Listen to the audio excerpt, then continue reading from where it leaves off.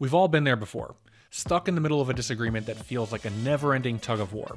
Both sides are completely convinced that they're right, no one's budging, and things get tense really fast. But what if I told you that there's a better way to take control of the conversation, find common ground, and guide the discussion towards a productive solution? Whether it's at work, with friends, or even in politics, there's a simple framework you can use to turn any disagreement into a collaborative conversation. In today's episode, I'm going to walk you through this framework step by step using real-world examples to show you how you can take control of disagreements and achieve better outcomes. So let's dive right in. Hey everybody, and welcome back to the channel. I'm Doug Howard, and if you're new here, I help managers and leaders develop the skills to handle tough conversations, build stronger teams, and create a more collaborative workplace. If that sounds something like you might be interested in, then be sure to hit the subscribe button and turn on the notifications so you never miss an episode. Today, we're tackling one of the most challenging aspects of leaderships, and that's handling disagreements. Disagreements are inevitable, especially when you're a leader, but they don't have to be unproductive or confrontational. In fact, when disagreements are handled correctly, they can lead to stronger relationships and better solutions. I'm going to show you a proven framework for managing disagreements by focusing on finding common ground, reframing the conversation, followed by using subtle persuasion techniques to guide the discussion in a positive direction. Then I'm going to show you examples for how to apply this framework in a few common personal and professional scenarios. Let's start by taking a look at why most disagreements fail. The truth is, most of us treat disagreements like a boxing match. We start by throwing a few verbal haymakers, hoping to knock the other person out with our logic, our passion, or just the sheer force of our argument. But think about it. How often does getting hit in the face with a haymaker make you actually want to agree with the other person that hit you? Pretty much never, right? And if you swing and miss, you're leaving yourself wide open for a counterpunch. The biggest mistake people make is trying to win the disagreement instead of trying to connect. Both sides dig in, defenses go up, and the conversation quickly becomes a battle of egos. But here's the thing. Disagreements aren't battles. They're opportunities to align, collaborate, and move forward together. That starts with finding common ground. With this in mind, let's take a look at the framework for taking control of disagreements. The first step to taking control of a disagreement is very simple. Listen without judgment. This means giving the other person the space to fully express their perspective without interrupting, without challenging, or without immediately offering your own views or opinions either. The goal is to understand their concerns and priorities, which will help you find a path forward. So you have to be patient. Now let's take a look at how this could apply in a situation. Let's say you're leading a team meeting, and a team member strongly disagrees with your proposed approach to solving a problem. They argue that your plan won't work based on past experiences. Here's how you could apply it. You want to start by asking an open-ended question to invite them to share more. So you could say something like, "Can you help me understand why you think this approach might not work?" After you do this, let them explain their reasoning fully. Resist the urge to jump in with counter-arguments or the urge to interrupt, even if you feel strongly about your plan. Instead, paraphrase what they say back to them to show that you listened. So you could say something like, "I hear what you're saying. You're saying that we've tried something similar before and it didn't yield the results we wanted because of X, Y, and Z. Is that right?" By replying this way, this demonstrates that you value their input and that you're genuinely interested in understanding their point of view. Here's why this technique works. Listening without judgment reduces defensiveness and lowers the emotional temperature of the conversation on both sides. That means you and them. When people feel heard, they're more likely to reciprocate by being open to your perspective as well. This is called mirroring and matching. When you listen closely to what they say, it's also going to provide you with valuable insights that can shape how you move the discussion forward. Now, to make sure you're doing this effectively, you want to make sure you're asking open-ended questions, and you want to encourage detailed responses with prompts like, "Can you elaborate on that?" or "What concerns you the most about this approach?" After you ask that open-ended question, make sure you practice active listening. Show that you're engaged by nodding, making eye contact, and paraphrasing key points back to them. For example, you could say something like, "It sounds like your main concern is that this approach could delay the project timeline. Is that right?" Again, when you're listening, make sure to avoid premature reactions. Hold back from immediately defending your position or offering solutions. This keeps the focus on understanding their perspective, and that's really important here. And like I said before, you want to follow up with acknowledging their emotions. If they're frustrated, if they're upset, you want to acknowledge it. You could say something like, "I can see that this is a source of frustration for you, so let's unpack it together." You don't want to dismiss their feelings or their emotions because to that person, Their feelings and their emotions right now are the most important thing, and it's what's driving them to push back. So instead of fighting that and playing tug of war, instead of throwing that haymaker, you want to show them that you understand their perspective, which is going to help us segue into step 2. After you get through step 1, that is, once you've truly understood their perspective, the next step is to search for common ground. This is where you move from just listening into aligning.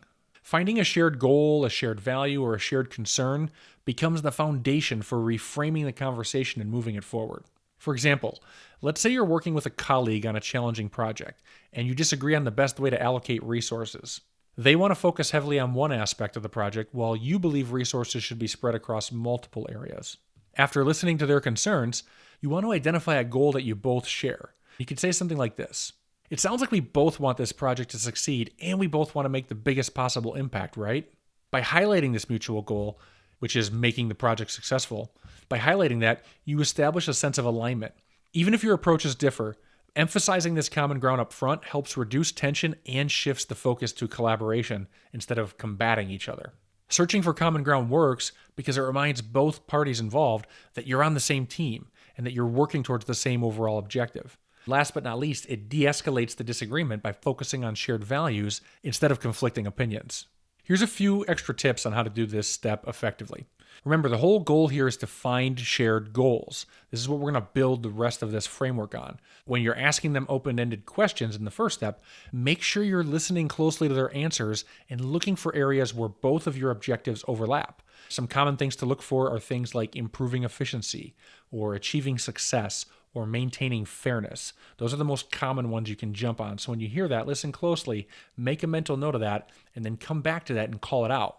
Like I said before, you want to make sure you acknowledge their concerns. Saying things like, "I understand why that's important to you," goes a long way in building trust and shows that you're both on the same team. Something I didn't cover on yet, but that I want to make sure you take this away from this video is you want to make sure you're using inclusive language. You want to use words like we and us instead of words like I or you or me.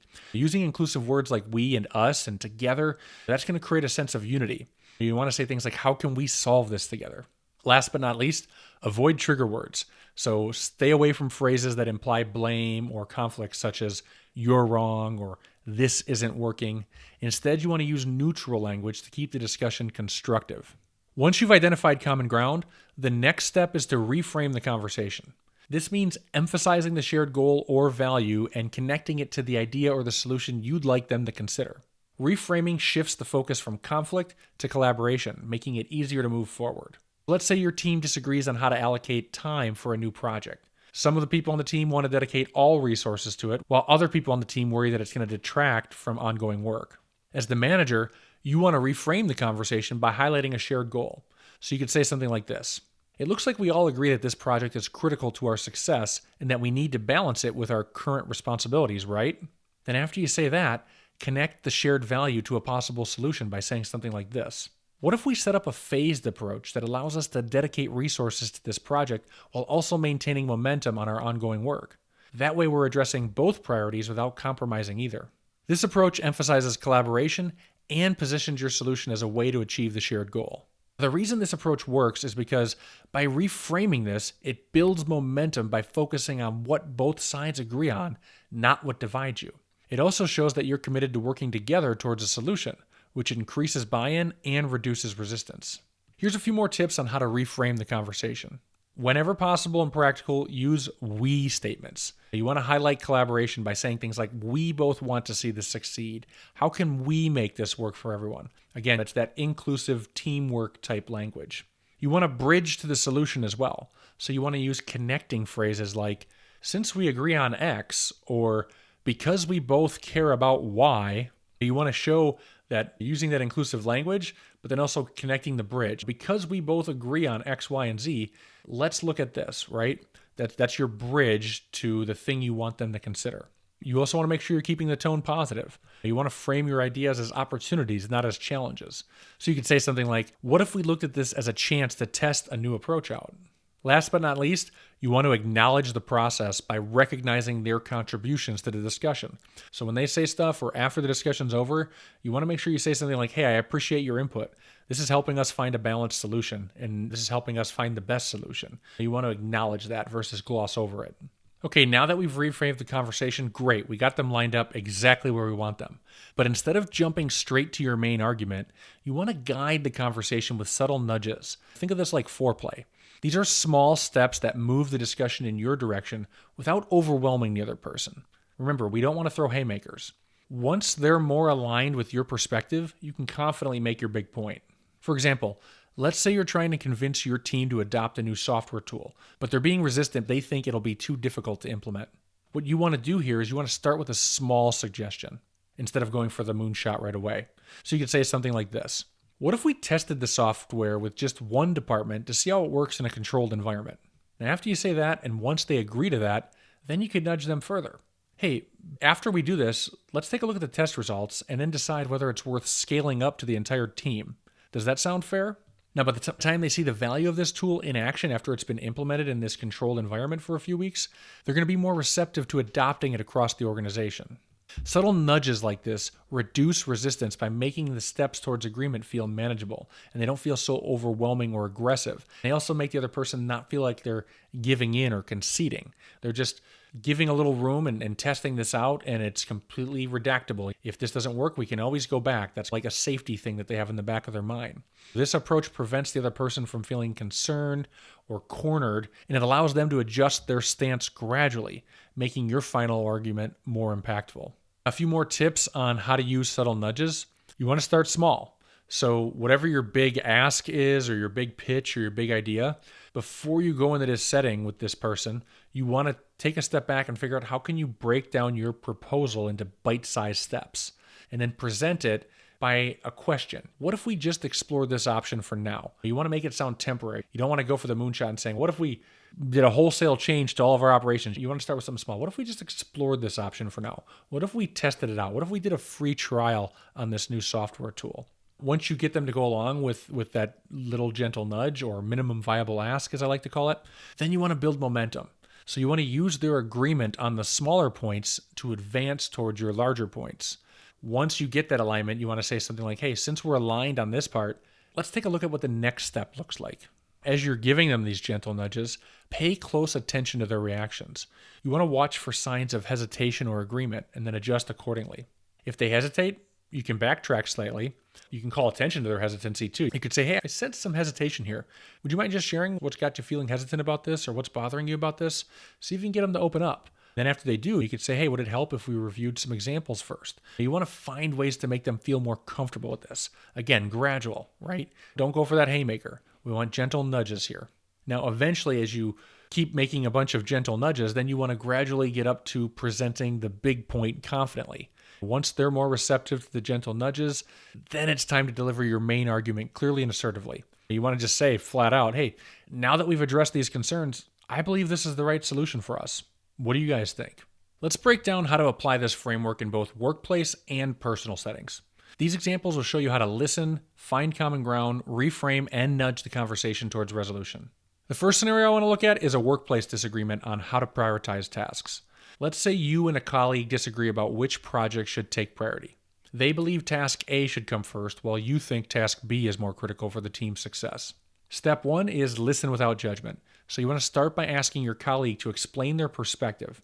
Use an open-ended question like, can you help me understand why you think task A should take top priority? After you ask that question, listen carefully to their reasoning. They might highlight dependencies or deadlines you hadn't considered. Step 2, find common ground.